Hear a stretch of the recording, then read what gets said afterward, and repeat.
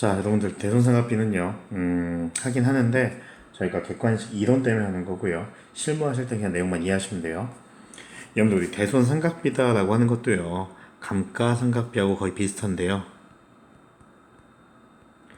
여러분들 감가상각비는요, 내가 사용해서 가치가 감소한 걸 우리가 감가상각비다라고 얘기했는데요. 요 대손상각비는요, 우리가 받아야 할 돈을요,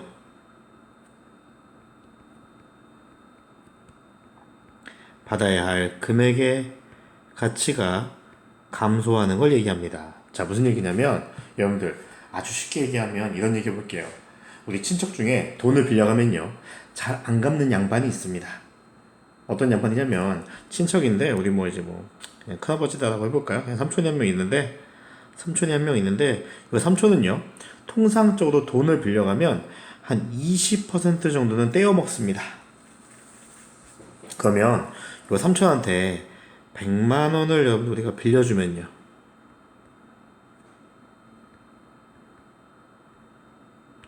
100만 원 빌려준다면요. 얼마 받을 수 있을까요? 그렇죠. 한 80 정도 회수하실 수가 있겠죠. 왜요, 여러분들? 통상적으로 보니까 빌려간 돈에요. 몇 프로 갚고 있어요? 80%만 갚고 있고요. 20%는 안 갚습니다. 자, 그러면요. 빌려줄 때 아예 처음부터, 아휴, 그래. 우리 삼촌 또 이게 돈 빌려가면, 에휴, 20%는 떼먹겠구나. 라고 생각하는 게 마음은 좀 편하겠죠. 음. 자, 그런 일을 해보자는 게 바로 이 대손삼각비인데요. 여러분들, 그렇다고 삼촌이 빌려간 돈을요. 100만 원 주면서, 에휴, 삼촌, 어차피 20%안 갚을 거잖아. 그냥 80만 원만 갚아. 라고 할 수는 없으니까, 우리 회사 혼자 생각하는 겁니다. 뭐라고요? 아, 내가 이 사람한테 빌려준 돈, 일부는 못 받을 수도 있겠구나. 그래서 우리가요, 일부는 못 받을 수 있으니까, 그 못 받을 금액만큼 가치가 감소할 수도 있겠구나. 라고 생각해 보자는 게 대손 삼각비다라고 하는 겁니다. 자, 여러분들, 우리 아까 감가상각비는요, 이렇게 얘기했었죠? 감가상각비, 뭐, 10만원 이렇게 얘기해 볼까요? 그럼 대변에는요, 내가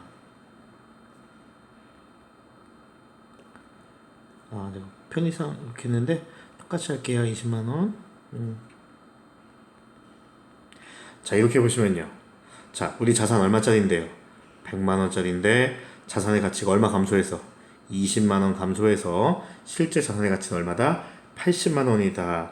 라고 표시해줬던 게 바로 이 감가상각비와 관련된 이야기였는데요. 똑같이 여러분들, 이렇게 얘기하는 겁니다. 대손 상각비다 라고 해서, 손실 날 것 같다. 대손 상각비, 20만원만큼은 손실 날 것 같다. 라고 생각하는 거고요. 자, 대변에요. 감가상각 누구 얘기 아니고요. 대손 충당금 20만원 이렇게 표시해주는 겁니다. 감가상각 누계획과 같은 이야기입니다. 자, 이 얘기는요. 내가 돈 받을 게 있는데 받을 돈 중에서요. 20만원만큼은 못 받을 수도 있겠다. 여러분들 이거는 실제 그러는 거예요? 아니면 그럴 수도 있다는 거예요? 그럴 가능성이 있다는 겁니다. 그래서 여러분들 나중에 우리 삼촌이요. 돈 갚으러 왔어요. 상황 1번입니다. 자, 돈 갚으러 왔는데요. 삼촌이요. 자, 갑자기 와서 얘기합니다. 자, 형수, 내가 빌려간 돈 있죠? 자, 100만 원이에요. 라고 얘기합니다. 그러면요, 여러분들, 뭐, 이게 대여금이라고 쓸까요? 빌려준 돈이니까? 대여금 100만 원. 이렇게 되는 거예요. 자, 그러면요, 내가 못 받을 것 같았던 돈이 20만 원 있었는데요. 다시 다 받은 겁니다. 그럴 때 우리가 어떻게 쓰냐면, 이렇게 씁니다. 대손 충당금 20만원. 그 대변에는요, 저 다시 돈 들어온 거다. 환입 20만원. 이렇게 표시합니다. 자, 만약에요. 이 삼촌이요. 그럴 줄 알았어요. 돈 덜 갚을 줄 알았습니다. 돈 덜 갚을 줄 알았어요. 갑자기 와서 그래요. 형수, 80만 원이에요. 돈 갚았어요. 라고 갔어요. 자, 그럴 때요. 아, 20만 원 손해봤구나. 손실 났구나. 라고 하는 게 아니고요. 이전에 우리가 미리 예측해 놓은 게 있으니까 요걸 가지고 대손 충당금 20만 원. 그래. 내가 너 이럴 줄 알고 미리 잡아놨다라고 하는 게 바로 이 대손 충당금과 관련된 이야기입니다. 말이 조금 어렵죠? 예. 자, 근데 만약에요. 우리 삼촌이 70만 원밖에 안 갖고 왔어요. 그러더니 그냥 아유 미안해 형수 이러고 가버렸습니다. 자, 그러면 우리가 예상했던 건요. 대손 충당금 20만 원 예상했고요. 10만 원 예상 못한 게 있습니다. 요걸 우리가 다시 손해봤다. 이렇게 좀 표현합니다. 이걸 우리가 보충법이다라고 얘기해요. 그래서 여러분들 우리가요 보충법에 의해서 우리가 충당금을 설정하다라고 얘기했을 때 이런 얘기 해본 겁니다. 우리가 여러분들 여기까지만 보시면 대손 충당금 못 받을 돈 얼마 예상한 거예요. 20만 원 예상하고 있던 겁니다. 근데 추가적으로 삼촌이요 왠지 10만 원 정도는 더 안 갚을 것 같아요. 총 30만 원 안 갚을 것 같아요. 그러니까요 얼마 우리는 손실 볼 거 예상해야 돼요. 30만 원 손실 볼 거 예상해야 되니까 뭐 하자는 거예요. 10만 원만큼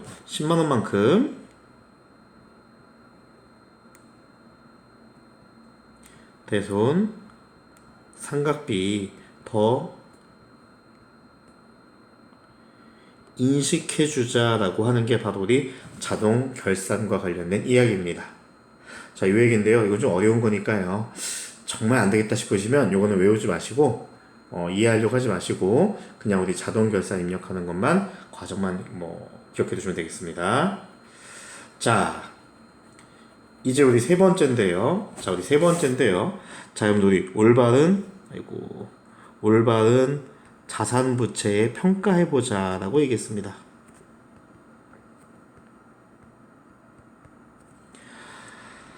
자, 여러분들 요 결산은요 이렇게 한번 얘기해 볼 건데요. 자, 여러분들 오늘 만약에 9월 1일 날 볼까요? 자, 오늘 9월 1일 날 여러분들 우리 장사하고 있는데 자, 오늘 거기 포스기 있죠? 여러분들 포스기 여기 이렇게 모니터에 여러분들 이렇게 이러냐?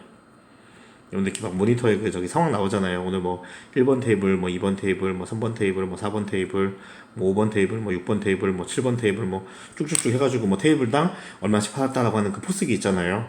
여러분들 요 포스기 보시면 찍어보시면 나오죠. 오늘 매출 200만 원 했다. 이런 거 나오잖아요. 그럼 여러분들 오늘 장사 마감 치시고 9월 2일 되면요. 요 포스기 딱 키면요.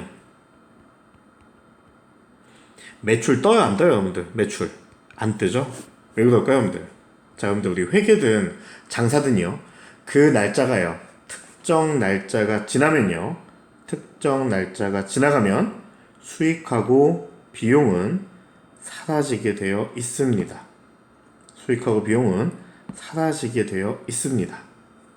왜요, 여러분들? 어제 마감 친 거거든요. 이렇게 여러분들 우리가 마감 치는 걸 결산이다라고 이야기합니다. 자, 이런 과정을 왜 얘기했냐면요. 자, 이런 것 때문에 얘기해 볼게요. 자, 여러분들 그 적금 가입하셨는데 요 적금의 이자율이 12%래요. 요 적금이 1년 만기 적금입니다. 1년 만기. 그럼 이 얘기는요. 이자율이 정확하게 표현할까요? 우리가 이렇게 표현하시면 연이자율이 1년의 이자율이 12%다라고 얘기하면요. 여러분들이 예금을요. 100만 원 예금하시면 요거에 이자 12% 계산해서 얼마를요? 12만 원의 이자를 주겠다는 겁니다. 언제 여러분들? 1년 만기니까요. 1년 지나서 우리가 요걸 주겠다라고 얘기하는 겁니다. 그럼 여러분들 2020년 1월 1일에 요 적금 가입하시면요. 아마도 여러분들 분기 이렇게 끊으시겠죠? 뭡니까? 그냥 예금이라고 할게요. 그냥 예금 100만원. 자, 대변에 현금으로 가입할까요? 현금 100만원. 자, 이 상태에서요. 아무 일도 없다가 그냥 뭐 되시는 거예요? 12월 31일 날. 자, 1년 지났으니까요. 여러분들 뭐 하는 겁니까? 자, 차변에 뭡니까? 현금 들어오는 겁니다. 현금. 얼마 들어올까요, 여러분들? 이자. 12만 원 들어오는 거예요. 그럼 대변에는요. 이자, 수익 12만 원. 이렇게 들어오는 거죠. 왜요? 우리가요? 1년 만기 적금이니까요. 1년 만기 적금이니까 이렇게 되시는 거죠. 자, 요거는 여러분들이 따라오실 수 있는데요. 어려운 내용이 뭐냐면 이런 내용입니다. 여러분들 만약에요. 2020년 4월 1일 날 이 예금 가입했습니다. 적금 가입했습니다. 자, 그러면 분기 한번 끊어볼게요. 차변에 자, 예금 100만 원. 자, 대변에 현금 100만 원. 자, 이 적금 통장 가입했죠? 자, 여러분들 요거 만기가 언제예요? 2021년 3월 31일이 만기죠. 맞나요? 네. 여러분들 이때 되셔야 여러분들 뭐 들어오는 거예요? 차변에 현금 12만 원의 이자. 자, 대변에 자, 이제 이자 받았으니까 이자로 돈 벌었다. 12만 원. 자, 이렇게 분기를 끊는 게 맞습니다. 왜요? 그전에는 여러분들 적금 안 줄 거거든요. 적금 통장에 이자 안 들어올 거거든요. 자, 그런데 우리 생각에 이런 생각 해보는 겁니다. 2020년 12월 31일 날 만약에요. 여러분들 우리 배서 양도 이런 것도 배우셨죠? 여러분들 배서 양도처럼 그런 거예요. 만약에 지금 이 적금을 여기서 해약해 버린다면 12월 31일 날 이 통장은 지금 그냥 써 있는 건 100만 원이라고 써 있지만요. 여러분들 마음속에는요. 이거 100만 원짜리 아니거든요. 여러분들 지금 만약에 이 통장 판다라고 하시면요. 100만 원 절대로 안 파실 거예요. 왜요, 여러분들? 몇 달만 기다리면 3달만 기다리면 1년치 이자 다 받을 수 있기 때문에 여러분들 그래서 여러분들 현실에서 봤을 때요. 적금 통장 한 번도 해지 안 하시잖아요. 여러분들 왜 안 하시는 거예요? 그렇죠. 지금 해지하면 왠지 손해본다라는 느낌이 있잖아요. 그 손해본다는 느낌이 바로 이런 것 때문에 그래요. 왜요? 조금만 기다리면 뭐 받을 건데 이자 받을 건데 그 이자 못 받는 거 아까워서 해약 못 하시는 거잖아요. 자, 그런 논리가 바로 이 자산부채 평가입니다.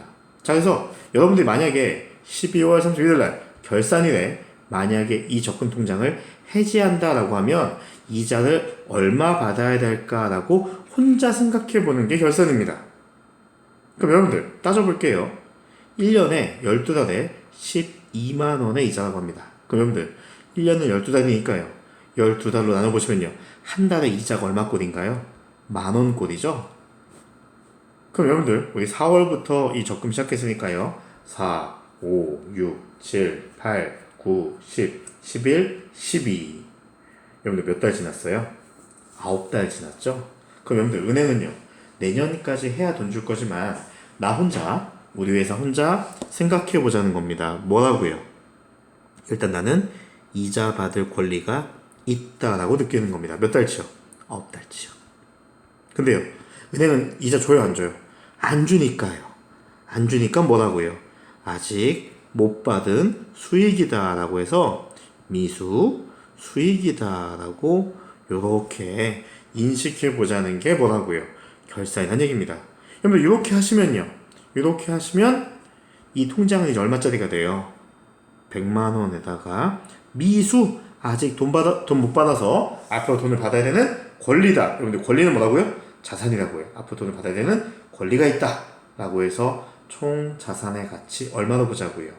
109만 원의 가치가 있는 예적금 통장이다. 라고 생각해 보자는 겁니다. 이게 결산이에요. 자, 근데요. 뭐가 또 있냐면요. 그럼요. 그럼 여러분들 반대로 은행 입장도 한번 얘기해 볼게요. 은행 입장도.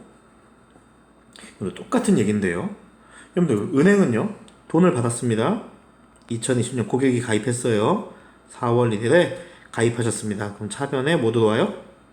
차변에 현금 들어오겠죠? 현금 들어오고요. 차변에 현금. 그 다음에 대변은요. 여러분들 매출이겠죠. 왜 여러분들? 은행들은요. 주된 거래가 요거 통장 사고 파는 거니까요. 자, 그리고 여러분들 은행은 언제서야 이거 회계 처리할 거예요? 내년 3월 31일 되면 뭐 주면 되는 거예요, 여러분들. 차변에 여러분들 뭡니까? 이자 주면 되는 거죠? 은행 입장에서는 이자 줘야 되는 거니까 비용이에요. 이자 비용 12만 원. 대변에 현금 12만 원. 자, 이렇게 하면 되는 건데 고객이 갑자기 와서 얘기하는 거예요. 뭐라고요? 저기요, 혹시 그거 아세요? 제가 만약에 지금 12월 31일 날 해지하면 저 이자 줘야 되는 거 혹시 알고 있어요? 라고 하는 상상을 발휘하니까요. 은행 입장에서도요. 아, 그래? 네가 해지할 거라고? 아, 해지하려면 지금까지 이자 줘야 되겠구나. 라고 해서요. 지금 줄 건 아니지만 생각을 해보자는 겁니다. 왜요, 여러분들? 줘야 되는 의무가 있으니까요. 우리 지금 뭐 하고 있다고요? 자산부채 평가하고 있다고요. 자, 그래서 우리가 12월 31일 날, 자, 은행도요, 그냥 이렇게 생각해 보는 겁니다. 아, 맞다. 9개월 지나긴 했구나. 그 9달치 이자 주긴 줘야 되네. 자, 근데요, 지금 줄 거예요? 내년 3월 되면 줄 거예요? 내년 3월 되면 줄 거니까 뭐라고요? 미지급 비용 혹은 미지급 이자다 라고 이렇게 쓰겠다는 겁니다. 제 말 이해하세요? 어차피 언제 줄 거예요? 내년 3월 31일까지 가야 줄 건데 하도 고객이 뭐라고 불안해하니까 그냥 뭐라는 거예요. 아, 알겠어요. 그러면 9달치 한 거 있으니까 그럼 제가 그거 그냥 표시는 해드릴게요. 불안해하지 마세요. 라고 해서 잡아놓는다고 생각하시면 됩니다.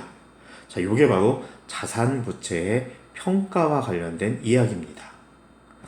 자, 같이 좀 볼까요?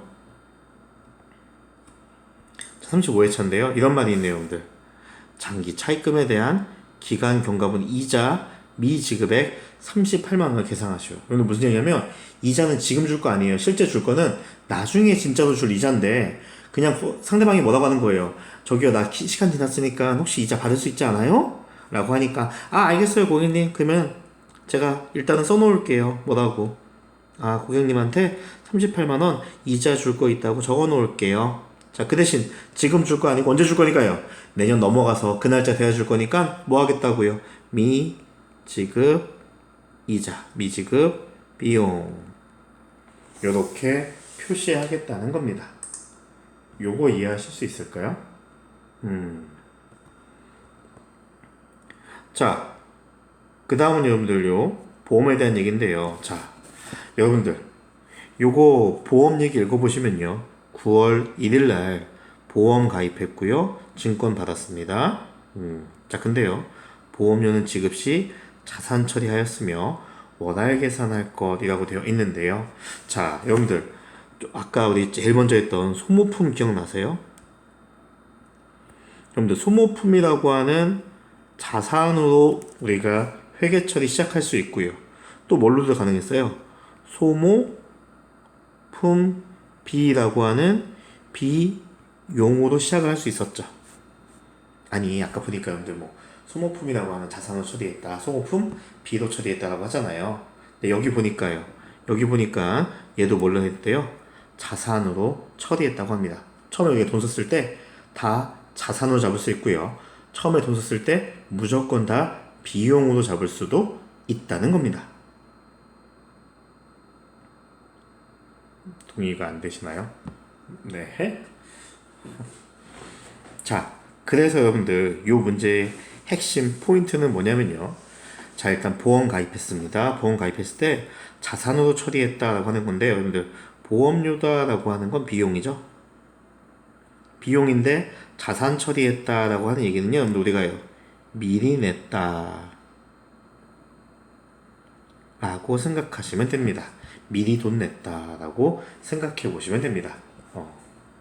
미리 돈 내는 거예요, 여러분들. 미리 그냥 돈 내놓은 겁니다. 예. 자, 이걸 여러분들 우리가 미리 돈 냈다라고 해서 우리가 선급 비용이다라고 얘기해서, 여러분들 선급 비용은요, 자산이에요. 비용은 비용인데 제가 돈 미리 내는 겁니다. 여러분들 뭐 월세 같은 것도 여러분들 우리가 깔세 뭐 이런 얘기 하잖아요. 그 여러분들 뭐 하는 거예요? 내가 미리 뭐 3개월치 아니면 뭐 5개월치 미리 월세 다 내놓은 거잖아요, 여러분들. 그걸 우리가 미리 돈 냈다라고 해서 맞아요. 선급금과 같은 겁니다. 선급 비용이다라고 생각해 보자는 겁니다. 자, 그럼 여러분들 9월 1일 날 우리가 무슨 짓을 했냐면요. 자, 차변에 자, 미리 돈 냈다 선급 비용이라고 하는 자산이 얼마 잡혔냐면요, 144만 원 잡힌 거예요. 여러분들 이거 조금 어려우시면 이거 그냥 소모품이라고 생각하세요. 그래서 뭐 현금으로 할까요? 뭐 현금 144만 원. 자, 그런데 12월 31일 날 보니까요. 상황이 바뀐 겁니다. 여러분들 이거 소모품이라 생각해 보세요. 여러분들 자, 소모품 144만 원치 사왔어요. 자, 근데 12월 31일 날 보시니까요. 자, 따져볼게요, 여러분들. 자, 이 보험은요. 얼만큼 남아있을까요? 여러분들, 이 보험은 올해 9월 1일 날 가입했으면요. 1년짜리 보험이니까요. 내년 8월 31일까지가 보험이죠. 맞아요? 맞나요? 도와주세요. 그럼 여러분들, 생각해 볼게요. 생각해 보시면, 자, 여러분들, 소모품이에요, 여러분들. 자, 이거 어렵게 생각하지 마시고요. 이렇게 얘기할까요? 자, 소모품. 자, 이거 똑같은 논리입니다. 자, 소모품 한 개에 12만 원짜리인데요. 한 개에 12만원짜리 지우개 12개 샀습니다. 기억나세요? 네. 소모품 12만원짜리 12개 샀습니다. 그럼 이게 얼마예요? 144만원이죠?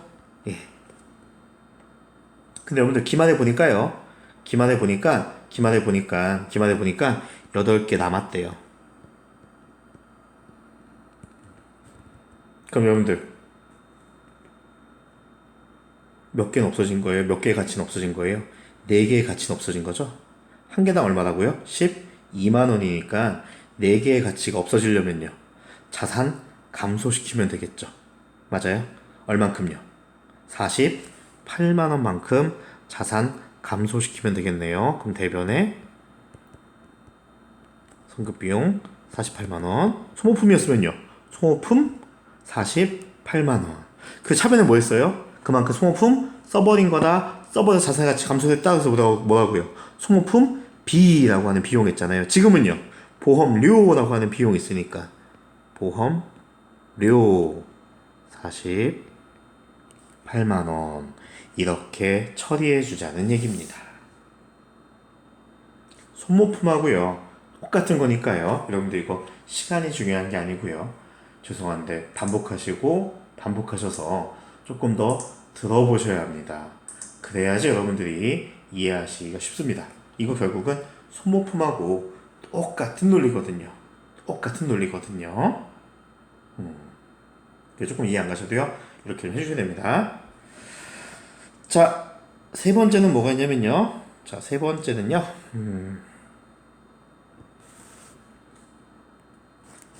저희가 세 번째는 그 단기 매매 증권이 있는데요.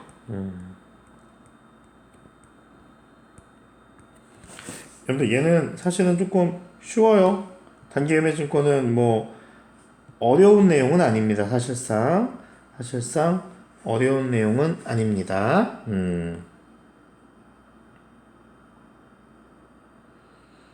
자, 뭐 때문에 어려운 내용이 아니냐면요. 자, 얘는요, 여러분들 우리가요. 자, 첫 번째 1. 사온 가격. 이거 우리가 취득 원가다라고 얘기하고요. 요걸 우리가 장부 금액이다라고도 얘기해요. 우리 회사에 사와서 적어놓은 금액이다라고 해서 우리가 취득 원가 혹은 장부 금액이다라고 표시합니다. 그러니까 처음 사온 가격이 100원이면 장부가액이에요. 100원이에요. 왜요? 100원에 사왔으니까 100원에 적은 겁니다. 자, 그리고 두 번째는요. 우리가 시가라고 얘기하는 여러분들 시가가 뭐예요? 지금 가치거든요. 지금 가치인데 여러분들 우리가 뭐 하고 있어요? 결산 보니까 12월 31일에 시가다라고 생각해 보시면 됩니다. 자, 그래서 비교해 봐서 여러분들 우리가요. 자, 사온 가격인 장부 금액보다요. 시가가 올랐대요. 자, 나는 100원 주고 사왔는데 120원 올랐대요. 그럼 자산의 가치가요. 20원 올랐죠. 자산의 가치가 20원 올랐으니까 기분이 좋은 겁니다. 자, 만약에요. 자, 장부 금액이 90원이 돼요. 시가는 아이고 미쳤나보다. 장부 금액이 100원인데요. 시가는 90원이 돼요. 장부가가 더 크죠? 내가 사온 금액이 더 크죠? 그럼 시가는 뭐예요? 지금 가치예요. 지금 가치. 지금 사오면 얼마인가? 자, 그래서 여러분 우리가 처음에 시작할 때 이렇게 얘기하는 겁니다. 뭐라고요? 처음에 사올 때 차변에 자 단기 매매증권이라고 하는 주식 사왔다, 자산 사왔다, 100원에 대변에 현금 뭐 이 정도 쓸까요? 자, 그리고요, 뭐 한다고요? 자, 만약에요, 시가가 120원 올랐습니다. 그럼 여러분들, 이제부터 우리 주식은 얼마짜리예요? 120원짜리니까요. 와, 기분 좋다. 기분 좋다. 자, 자산의 가치가 증가한다. 자산의 가치 증가는 차변이죠? 단기매증권 20. 대변에는요? 자, 평가에서, 기말에 시가 평가에서 이익 났다라고 해서 내가 평가이 20 이렇게 써줍니다. 이 상황이에요. 자, 반대로요. 90원으로 떨어졌대요. 내가 사올 때는 100원 주고 사왔는데 지금은 90원밖에 안 된다고 합니다. 자, 그러면요. 자산의 가치가 감소하니까요. 그렇죠. 자산의 감소는 대변이죠. 단기 매매증권 얼마? 10원. 차변에는요. 이번에는 평가했는데 손해봤다라고 하니까요. 예. 평가 손실 10원. 이렇게 얘기해주면 되겠습니다. 얘도 여러분들 연습해보시면 되게 쉬워요. 예. 자, 그래서 연습 한번 해보시면요. 연습 한번 해보시면 이렇게 해보겠습니다. 38회차. 자, 여기 보시면요. 장부금액. 내가 사와서 우리 회사가 기록한 금액입니다. 8,800만원과 5,200만원이고요. 기말에 시가는요. 기말 평가 시가 금액은 이렇게 된다고 합니다. 자, 그러니까요. 8,800만원 주고 사온 게 얼마가 됐어요? 9,200만원 됐으니까 400만원만큼 올랐으니까요. 자산의 가치가 증가했으니까 차변에 써주겠죠? 자산의 증가 단기 매매증권 얼마? 400만원 올랐다. 자, 대변에는요. 시가도 평가했더니 재미봤다. 이익도 없다. 그러니까 뭐예요? 평가 이익 400만원. 자, 두 번째 CTC 코리아입니다. 5,200 주고 사왔는데요. 지금 얼마래요? 6,700만원이에요. 시가가요. 얼마 올랐어요? 1,500만원 올랐으니까요. 예, 차변해요. 똑같이 해줍니다. 단기 매매증권이라고 하는 자산이 증가했다. 대변에는요. 이번에도 평가했더니 이익 났다. 1,500만원. 이렇게 해주시면 되겠습니다. 뭐 별거 없죠. 자, 37회도 있거든요. 제가 한번 같이 해볼게요. 자, 여러분들, 나는요 나현운송이라고 하는 기업의 주식을 샀는데요. 2,000주 샀고요. 내가 살 때 장부금액, 내가 사온 금액이 1,500원이고요. 자, 근데 지금은요 얼마래요? 1,600원이래요. 여러분들, 주식이 올랐어요, 떨어졌어요? 올랐죠. 기분 좋은 겁니다. 얼마 올랐대요?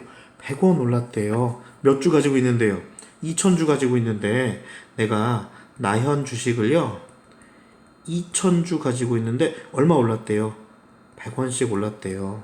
그럼 총 얼마 오른 거예요? 총 얼마 오른 거예요, 여러분들? 20만원 올랐죠? 20만원만큼 뭡니까? 주식이라고 하는 자산의 가치가 증가했으니까요. 증가했으니까 차변에 뭐라고요? 단기 매매증권 얼마? 20만원. 그리고 대변에는요. 그렇죠. 평가했더니 이익 났다. 해서 이렇게 평가이익 20만원. 자, 에리거울은요. 자, 에리라고 하는 주식은요. 2,000원씩 주고 사왔는데요. 지금 2,400원이래요. 얼마 올랐어요? 주식이 400원씩 올랐죠? 그게 몇 주 있대요? 1,000주 있으니까 총 얼마 올라간 거예요? 40만원이죠? 그래서 얘도 차변에 단기 매매증권의 가치, 자산의 가치가 40만원 증가했다. 자, 대변에 평가했더니 이익 난 거다. 이렇게 해주면 되는 겁니다. 자, 근데요, 이 문제는요, 하나의 거래를 입력해요. 왜요? 얘도 차변의 단기 매매증권, 얘도 차변의 단기 매매증권, 얘도 대변의 평가이익, 얘도 대변의 평가이익이니까요. 야, 이 새끼 따로 쓰지 말고 그냥 뭐 하라고요? 에이, 낭비하지 말고 합쳐서 해! 라고 해서 뭐라고요? 이렇게 표현해 달라고 했던 게 단기 매매증권과 관련된 이야기입니다. 자, 여기까지가 여러분들 우리가 해야 되는 그 결산에 대한 이야기고요. 그래서 여기 부분은 조금 고민해야 될 부분들이 많이 있으니까요. 반복해서 한번 이야기해 주시고요. 또 이해 안 가시면 한 번만 더 들어주시고요. 그냥 여러분들 이거 그냥 들어봤다 라고 하는 경험 가지고 보시는 시험이 아니에요. 직접 해봤다라는 게 있어야 여러분들 이 문제들을 해결하실 수가 있습니다. 자, 제가 이거 전산에서 입력하는 거 한번 보여드리고요. 그리고 재무제표 관련해서 입력하는 거 보여드리겠습니다. 여러분들 남은 시간까지요. 저희가 해야 될 과제들은요. 항상 보시고 복습하셔야 됩니다. 예, 고생하셨습니다.